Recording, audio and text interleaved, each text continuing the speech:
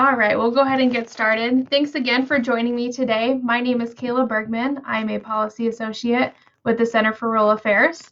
A couple of housekeeping items before we get started. Again, thanks for joining us.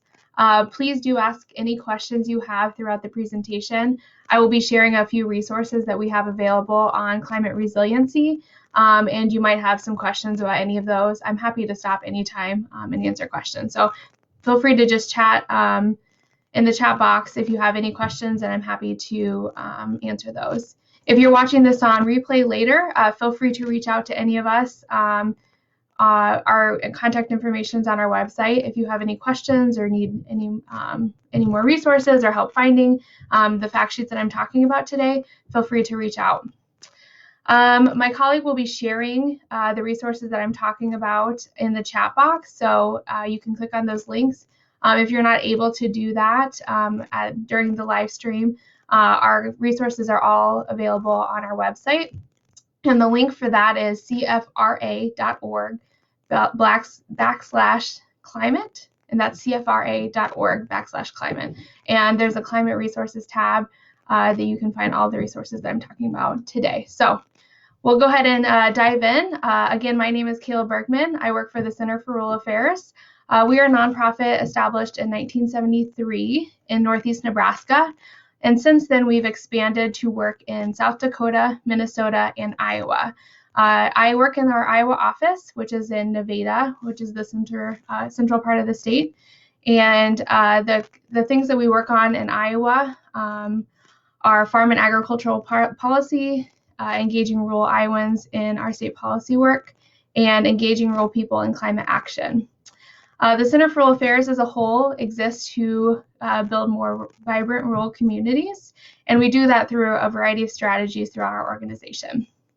Again, my name is Kayla Bergman. I really appreciate you tuning in today. Make sure you let me know that you're here, if you are, by saying hello in the chat box, as those have done so far.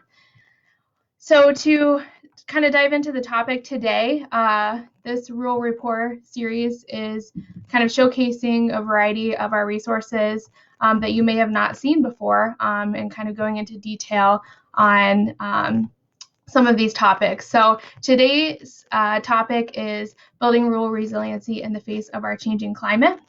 So individuals living in rural areas have an important role in addressing climate change. The center assists rural people in understanding how to take those necessary actions. We also focus on elevating those stories of rural climate leaders. So I know many of you watching today are climate leaders, are doing some really awesome things that are, considered climate smart activities. And so we are continually sharing those stories with the media and on our resources. Hi, Erin, thanks for joining. All right, so in order to kind of dive into this topic and help rural people understand some of those actions, we created a series of 4 fact sheets or guides on building climate resiliency. And these resources really outline actions that individuals can take to lead on climate depending on their occupation. So we've divided them based on occupation. So the 4 that we're going to feature today are educators, rural entrepreneurs or business leaders, homeowners, and farmers and landowners. So those are the 4 resources that we have created and that I'm featuring today. So again, thanks for joining us. My name is Kayla Bergman with the Center for Rural Affairs. If you do have any questions throughout this presentation, please feel free to chat. And something fun that I think we should do is share what climate smart actions we are all doing. So as we're going through, I'm going to be listing some examples, and you might think of some other examples that you're doing in your life. So feel free to share in the chat with all of us some really climate smart things that you're doing. I would love to hear from the audience on what you're doing. So to dive into the first resource, again, these can be found by going to our website, and my colleague will also be linking each one of those so you can pull them up and save them to read later. Our website is cfra.org/climate. /climate, and that climate resources link is where you can find all these resources. So the first fact sheet is educators provide leadership in creating climate smart classrooms. So again, this is geared towards educators, and it really explains how those educators can reduce the carbon footprint in their classroom. This doesn't have to be an expensive or time-consuming thing for teachers to take on. And the fact sheet actually outlines ways for you to involve your students and their parents, and so getting them to think about and doing some of the lifting for you. So examples of these actions listed on the guide are using paper folders instead of plastic folders, using cardboard as an alternative to paper for various projects. Another example is using natural light from exterior windows when that's available. I know that there are some interior classrooms, and using that instead of all the overhead lighting. So that's definitely a way to reduce your carbon footprint and energy usage in your classroom. Again, I mentioned the fact sheet also outlines opportunities for involving students and parents in climate action as well. Some examples of that might be composting at home, reducing reusable containers in place of single-use plastic. So this is for lunches and for snacks and things that they bring to school, or even for parties, some baked goods and that kind of thing. So those are some ideas. And also something fun might be for educators to have a zero waste party. So that is a really fun challenge for an opportunity to get students involved in reducing your carbon footprint in the classroom. So something to think about as if you were an educator. And I see we have a teacher on the live stream. Hi, Rebecca. Thanks for joining us. Feel free to let us know what you're doing in your classroom that is helping you build your climate resiliency. So that's the first fact sheet that we're featuring today. The second one is the Rural Entrepreneurs Cut Costs and Lead on Climate. And again, my colleague will be linking that to the website. This is what it looks like here. So this outlines opportunities for business owners to reduce costs by investing in renewable energy and efficiency in their business. Some examples that are outlined on this fact sheet are focusing on energy efficiency by turning down or up the thermostat in the office by 10 to 15 degrees when no one is around, especially at night. So offices are used for 8 to 10 hours a day, and it's really important for us to consider our energy usage when the building is not being used. And so that's a really good way to not only cut your energy costs, but reduce your carbon footprint. Another way to focus on energy efficiency is keeping your electronic equipment well maintained. That's something really small, and that makes a huge difference in your energy usage. Another thing for business owners or business leaders to consider is reducing your waste by reviewing your company's packaging. So if you're a company that is packaging and selling goods, it's really important for you to look at your packaging, and if everything is underpackaged or overpackaged, or if there's any excess packaging, that's something that each item that's overpackaged, adds up, and you're really going to save money in the long term. So, and then an important thing to reduce waste is to consider converting your paperwork to digital if at all possible. So this could be internal, or it could be if your customers are using your systems that are paperwork driven, to consider doing that digitally. This is especially so right now in the current situation we are in, but in the future, it's definitely something to think about. A lot of things can be done digitally and still securely without needing to print a lot of materials. Reducing fuel consumption. So this could be through encouraging employees to bike or walk to work if they're close, or carpooling if they come from a significant distance away. And then another thing to think about is allowing employees to work remotely from home when it makes sense. This doesn't have to be every single day, but if there is not a need for them to be in the physical office 1 day a week or something, that's going to really add up on reducing your fuel consumption. Finally, an administrative opportunity for business leaders would be to provide fossil fuel-free funds for retirement investments. This is something that will get employees really thinking about, where they're investing their retirement money, and also probably get them thinking about how they can reduce their carbon footprint in other places in their life. So some really, really wide range of examples for business leaders. It looks like we have a comment here. Really, for materials. Exactly. Yes, Renee.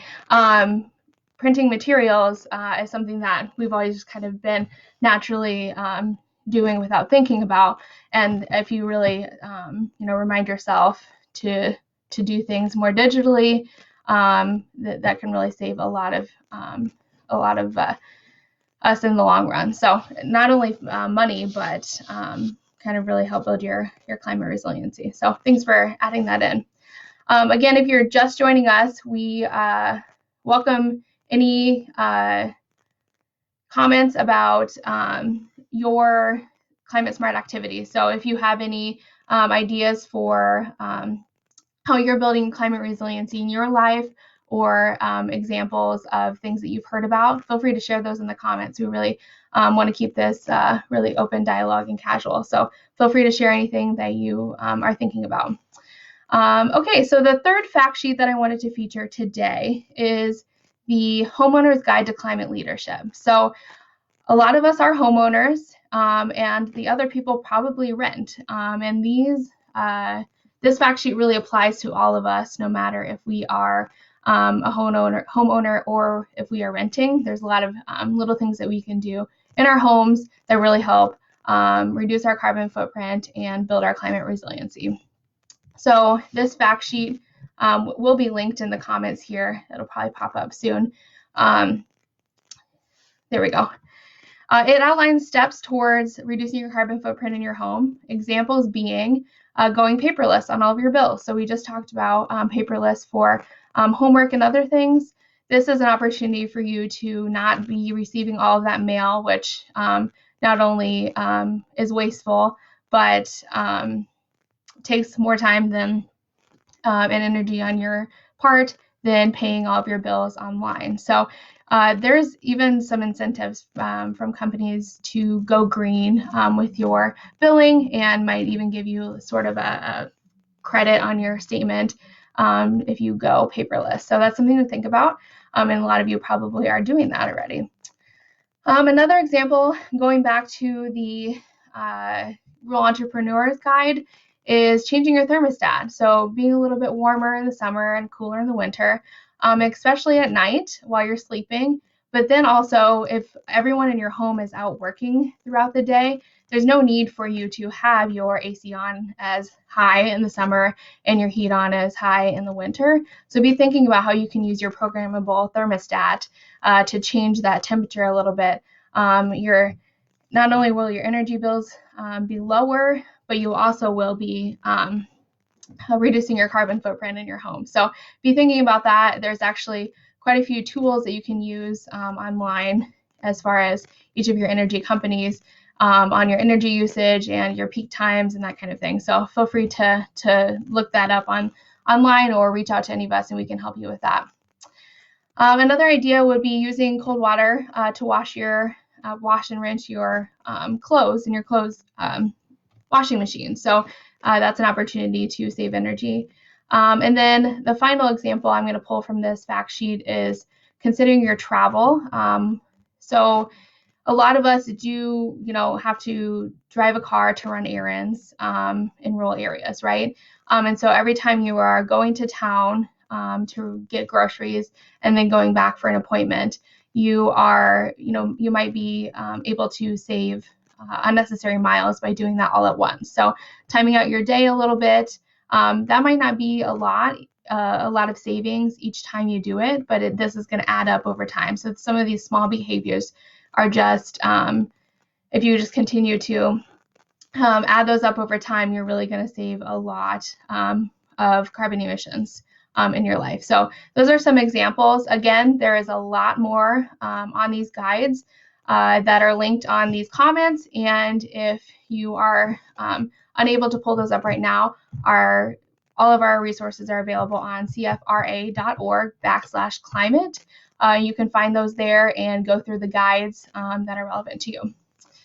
Okay, so the final fact sheet that I wanted to go over today is the investing on farm resiliency empowers farmers and landowners. So this is an orange and brown fact sheet, and this really talks about investments in soil health on your farm through implementation of conservation practices, and really how that helps build your resiliency in the face of our changing climate, along with numerous other benefits that I'll outline. So some examples of conservation practices that we've outlined on this guide are conservation and no tillage, prairie strips and buffers, installing a wetland, and extended rotation. So extending your row crop rotation past the 1 or 2 years that are typical in Midwest agriculture. And again, this is just a small snippet of the whole list of practices that help build your soil health and your resiliency in the face of climate change. So some examples of other benefits that those practices provide when you're investing in soil health is increased soil organic matter and biological activity, improving soil structure and aggregate stability, improving watersheds and water quality health, and wildlife habitat, pheasants, birds, butterflies, etc., especially with those buffers and prairie strips. Those are really beneficial to wildlife. And reducing your emissions. If you are doing less tillage or no tillage at all, you have less passes in the field and reducing your emissions there. But then also long-term with building your soil health, you're going to have less inputs. And so there's going to be less passes through the field with your less inputs. So those are some examples and other benefits to investing in on-farm resiliency.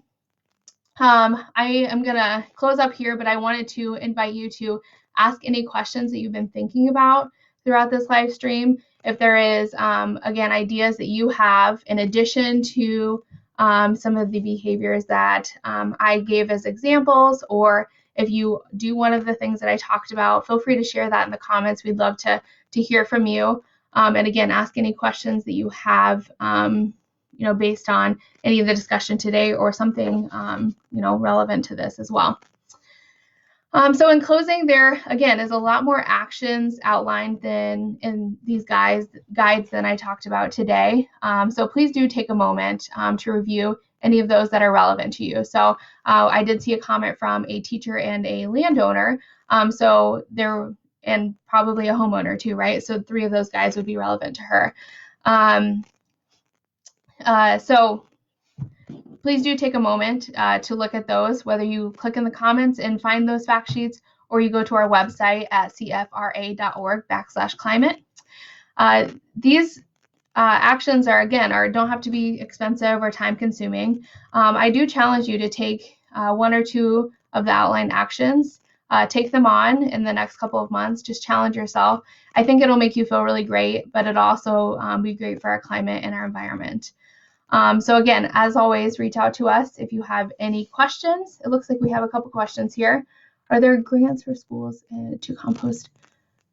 Rebecca, I'm not sure about that. I'm going to have our moderator comment that for you. And if we can't figure that out, we'll get back to you on that. I work in central Iowa, so I'm not quite sure what's going on in Omaha, but thanks for your question there. We'll get back to you for sure. Jeff, thanks for your climate worksheet.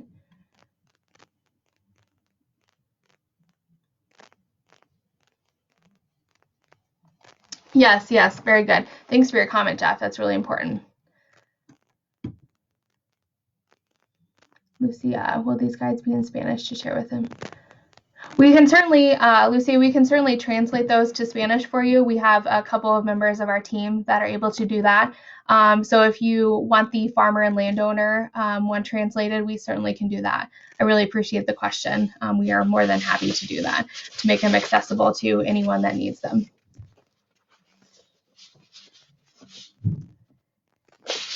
Feel free to keep commenting and asking questions. I did want to remind you that we're doing these live streams every Tuesday at noon on our Facebook page. We actually have some really exciting live streams coming up next week and the following week. We are sharing some information from our farm and community team, as well as our small business lending and technical assistance team. So I'm really excited to see those, and I hope you will join us for that. We got some more questions here.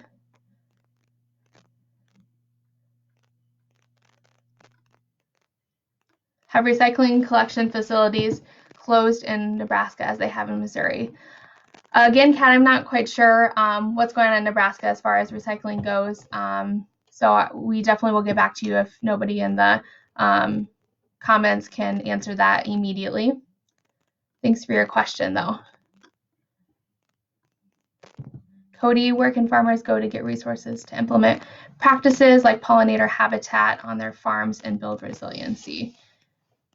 Okay, so Cody is asking about farmers getting resources to implement these conservation practices and building more resiliency. So there's actually a lot of levels of cost share opportunities, what they're called. So the state Department of Agriculture's and some of the local soil and water districts is what they're called in Iowa. Natural resources districts is what they're called in Nebraska, have opportunities to help you financially implement some of these conservation practices. And then we have a nationwide organization called the Natural Resources Conservation Service, or NRCS. This is nestled under the USDA, and there is an office in every county nationwide. And there are soil conservationists that can, or in each of those offices that can help you through a process to not only find the cost share opportunity, but also some of the technical assistance, right? So a lot of these conservation practices aren't, easy, quick fixes, right? Some of them are engineered practices, and some of them really take a lot of trial and error and a lot of learning. So those offices are really beneficial to not only giving that financial assistance, but that technical assistance as well, and identifying some contractors in your county that can really help you, implement some of those engineered practices. So your local districts, the state level with the Department of Agriculture, and the national level with the Natural Resources Conservation Service. All of those have really great resources online and can help you financially implement a lot of these conservation practices. We do have some resources on our website about learning more about some of these practices, and we actually are going to be publishing some resources for where all to get your the cost share or the financial assistance for these practices. Those will be coming up in the next couple of months. So please do look out for those as well. Okay, thanks for doing that, Teresa. I did want to share another opportunity to learn more about native vegetation on solar sites. We are hosting a webinar on April 23rd at noon. This is a Thursday. And that again will be about native vegetation on solar sites. If you are interested in that topic and are available on the 23rd at noon, feel free to go to our website and learn more and register. CFRA.org/events is where you'll find that. And again, that's CFRA.org/events. Cody Smith on our team will be hosting, and he will be co-hosting with Rob Davis from Fresh Energy in Minnesota. That'll be a really good conversation, a deep dive into native vegetation on solar sites, a really interesting topic, not only if you have or are involved with a solar site, but also just learning more about that topic in general. It's definitely a really interesting thing to learn about. So please do register to join us if you can. Okay. Sammy, do you have any educational resources for educating youth specifically? We do have some resources that can be utilized in the youth setting. I think the most beneficial to you, if you're interested in educating youth, would be to read that Educator's Guide to Building Climate Resiliency, and then reaching out to us if you have any questions or comments on how we can make that more accessible to youth. I think some really cool opportunities would be to, if you are a classroom educator, to challenge your students to get involved. But then if you are a non-classroom educator, so maybe you're a naturalist or a county extension employee, there's opportunities for you to do challenges countywide or with students that are a part of your camps. There's definitely a lot of fun opportunities with like composting and reducing waste and that kind of thing. So there's a lot of fun activities that we're happy to connect you with if you are interested. So thanks for your question there. Any other questions for me, or any comments of things that you are doing that are, considered climate smart or reducing your carbon footprint that you kind of want to share with the group? Wait a couple more seconds here if you have any more questions. But again, if you think of something in a few minutes or tomorrow that you want to ask us or share with us, we are always available for any phone calls or emails that you, when you think of things or have questions about. So feel free to find our staff listing on our website. Again, our website is cfra.org.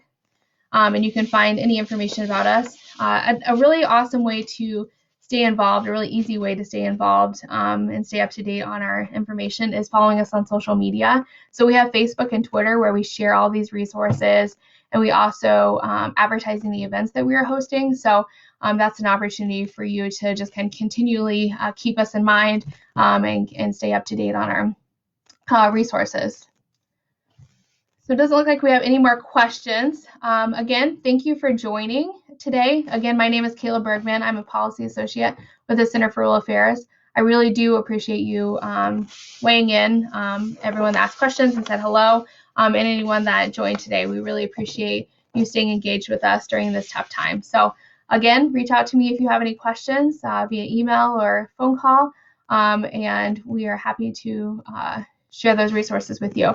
And those of you that asked questions that I wasn't able to answer, we'll make sure to go back in the comments and message you with the correct answer. So sorry I couldn't answer right away, but we'll definitely get back to you. All right, thanks everyone. Have a great rest of your day.